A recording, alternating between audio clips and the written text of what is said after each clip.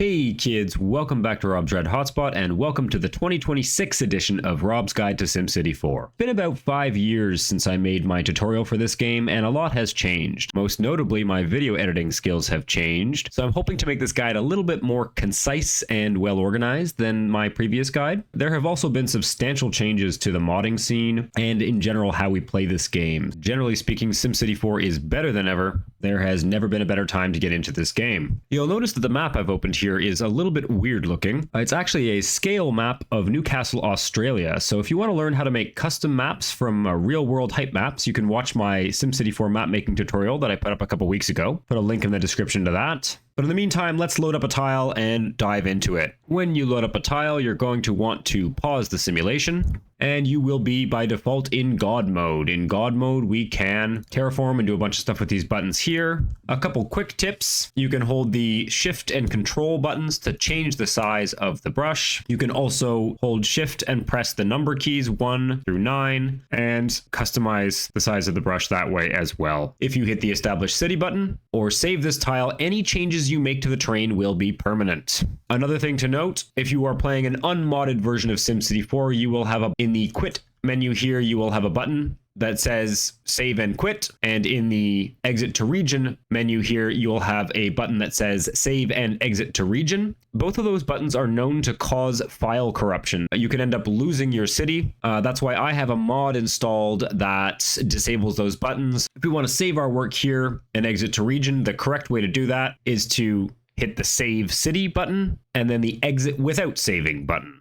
If you want to back up the terrain of your region before you make changes, the best way to do that is to go to your Documents folder, SimCity 4, and you'll find the Regions folder here. You can see my Newcastle region here. I can copy and paste that to any location on my computer. You may notice a few differences between your version of the game and the version that I am playing. I have a few mods installed, nothing that will affect the content of this tutorial. If you want your setup to look more like mine, you can follow my How to Install SimCity 4 on a Modern PC guide, link in the description. When we go to enter Mayor mode, we'll be prompted with the Establish City menu. Name your city and choose a difficulty level. It's worth noting that easy mode just gives you a little bit more money at the start of the game, as well as gives you a bunch of demand for the various zones, kind of for free. Personally, I advise playing on hard. It's actually pretty easy to overbuild your city because of the extra demand on easy, and I just find that hard is more balanced even for beginning players.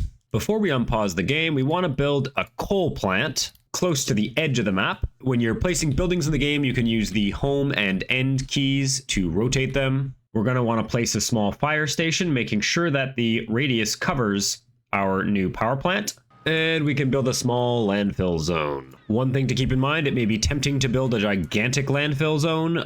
You pay a monthly fee for every tile of landfill, and it's very hard to get rid of landfill once it builds up. So typically you're going to want to put it off in a corner in the map, and you want to position it in a way that you can easily disconnect it from the road network, because if we do decide to use recycling and incinerators and other ways of handling garbage than landfill, the only way to get rid of the garbage is to actually cut off the landfill from the road network. Let's unpause and run the simulation for about a month. We can go to data views and click on the air pollution data view. This is going to give us a good sense of roughly how big the radius of pollution is going to be for dirty industry, and it's going to help us plan where we want to locate our first residential zone. With that in mind, let's grab some medium density residential here, and we'll just make sure we've got a nice wide buffer between where our people are going to be living and the dirty power plant. You'll notice that as you're dragging zones, the game will automatically create a street grid for you. If you hold the shift key, it will suppress that behavior. The arrows that you see on these lots indicate the road frontage. So if we zone something like this, the lots that are in back of the road won't develop because residential zones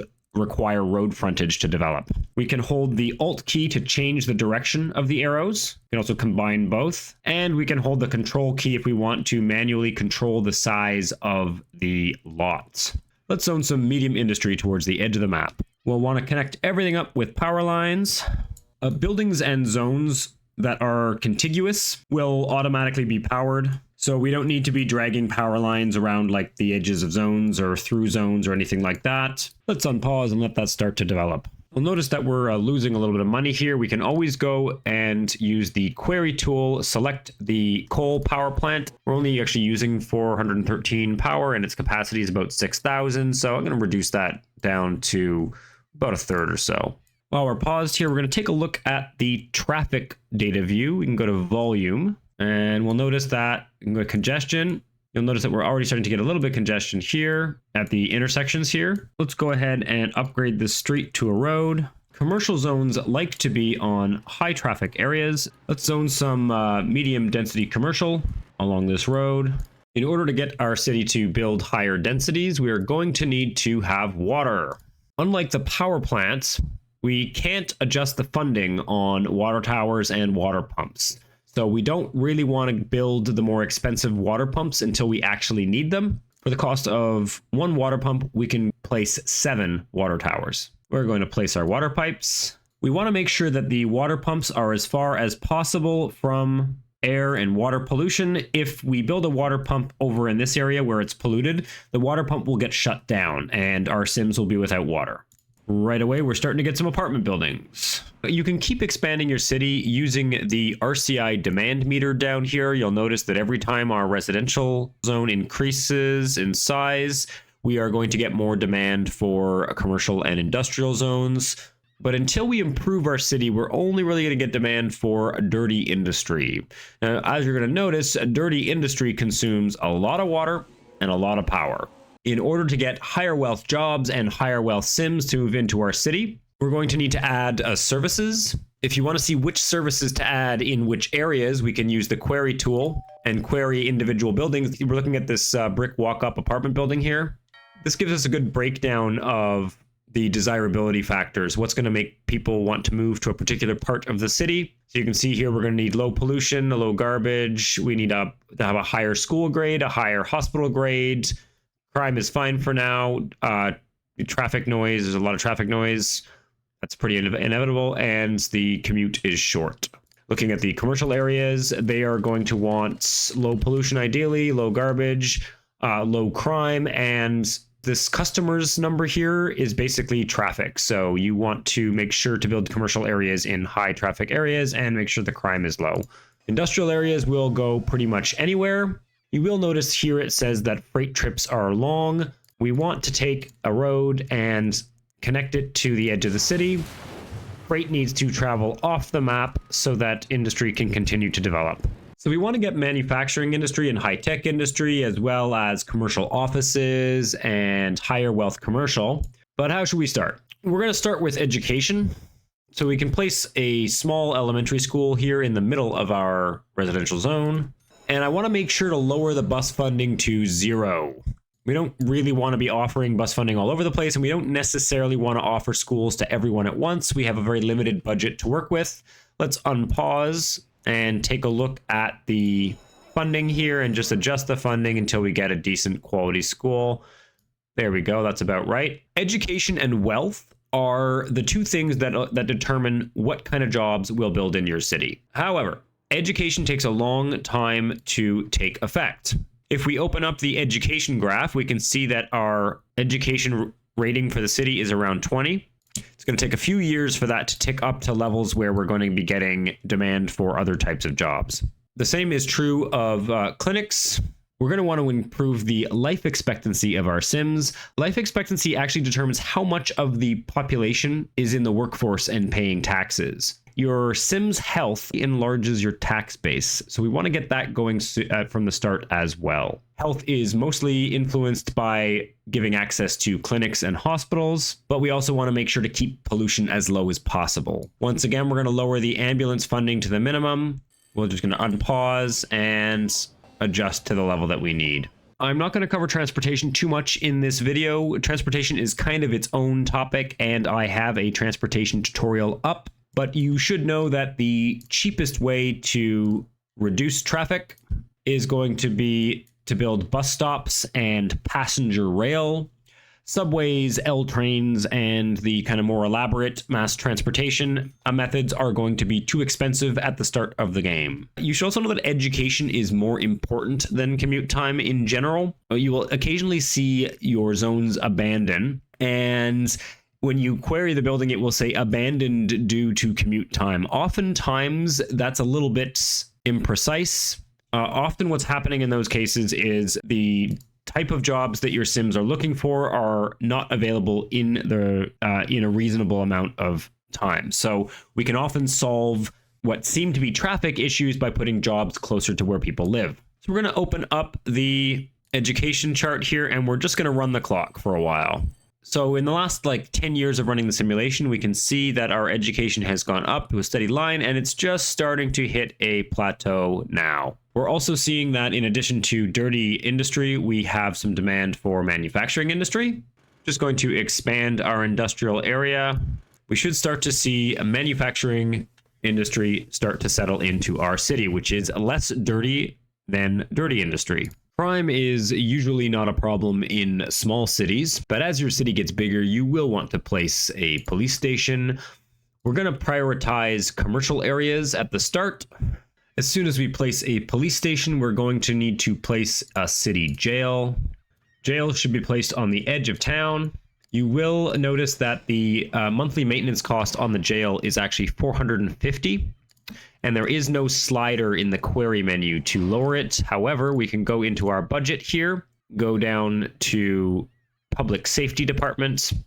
We can actually lower this right down to the minimum here. And you'll notice that even with 4 monthly funding, we get 35 cells and we only need 2. So we can keep our funding for our jail quite low, and that will allow us to afford a jail even in a small city. So as we've developed this industrial zone here, we've got quite a fair amount of air pollution and water pollution. If you start trying to clean your water and replace your power plants with clean energy, you will very quickly find that small cities that don't have high wealth residents are going to really struggle to afford those services. The water cleaning alone can basically break the bank, and your city is going to stall out and you're not going to have any money to develop it. You can build a sort of buffer zone of parks in between commercial areas and industrial areas, in between residential areas and industrial areas. Parks and also trees will help to reduce pollution. The other thing that generates a lot of pollution is traffic. So once your city gets bigger, you can start doing things like using subways or passenger rail, and that's going to reduce the amount of pollution that's generated by traffic. Ultimately, to get rid of pollution, though, we're going to need to get rid of the dirty industry, either by moving it somewhere else or replacing it with demand for cleaner kinds of industry and commercial jobs and office jobs. You'll notice that because we have educated our Sims and run the simulation for 10 or 12 years, we've actually got a negative demand here for dirty industry. So we could just keep zoning industry in this tile, and we'll start to see a little bit more manufacturing industry and maybe eventually some high-tech industry. But that runs into the sort of classic mid-game problem in SimCity 4, and that is that every time we zone more residential, the residents start out at low education. So the demand for dirty industry is going to go back up, and the dirty industry is going to drive away cleaner jobs. If we look at the desirability map here, we can see that these high-wealth jobs don't really want to be located anywhere near this dirty industry. So we're going to have a hard time controlling where the dirty industry develops, which means we're going to have a hard time convincing cleaner jobs to locate where we need them. I find one of the easiest ways to deal with this problem is to start playing in multiple city tiles. So let's save and exit to region and start a second city.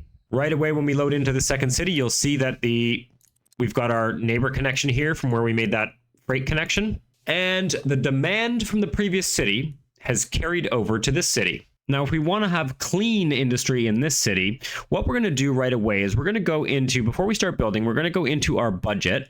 We're going to go to taxes, and we're just going to max out the taxes on dirty industry and manufacturing industry. So we're essentially preventing them from developing in this city. So this city is only going to have the higher quality jobs. Neighbor connections are really good areas to build commercial. You'll notice that right away in this new city, we're already starting to get some higher wealth residential. So essentially what we're going to do is we're going to go back and forth between the two city tiles, running the clock each time, And eventually we're going to be able to get high-tech industry. So you see in the second city here, by going back and forth, building up education in each tile, I'm managing to get a little bit of high-tech industry over in this zone. We've also got some high-wealth offices. Working with taxation, this is going to allow you to basically decide which zones are going to go in which tile, and each city will balance out the other. So as you build a new residential zone, you're going to want to go over to your dirty industrial city and make sure that there are enough dirty industry jobs for the low wealth sims that typically arrive in your city. As the education builds up over time, you're going to want to go back to your clean industry city and make sure that there are enough clean jobs, including office jobs. If you master this process, you can plan out entire regions. You can use taxation to concentrate all of your high wealth commercial offices to create like a sort of financial district with skyscrapers. You can have clean industrial parks. You can have a dirty industry. It's really by offering the right services and making sure that the right jobs are close enough to the right sims. But that's beyond the scope of this tutorial. So I hope I've given you a few pointers to start playing this game. If you want to delve in a little deeper, I will be doing more SimCity 4 content soon as well. If you're stuck on something in the game, you are welcome to join my Discord, link in the description, where there are lots of friendly folks who can help you out. Thanks for watching, and I'll see you next time. Ciao.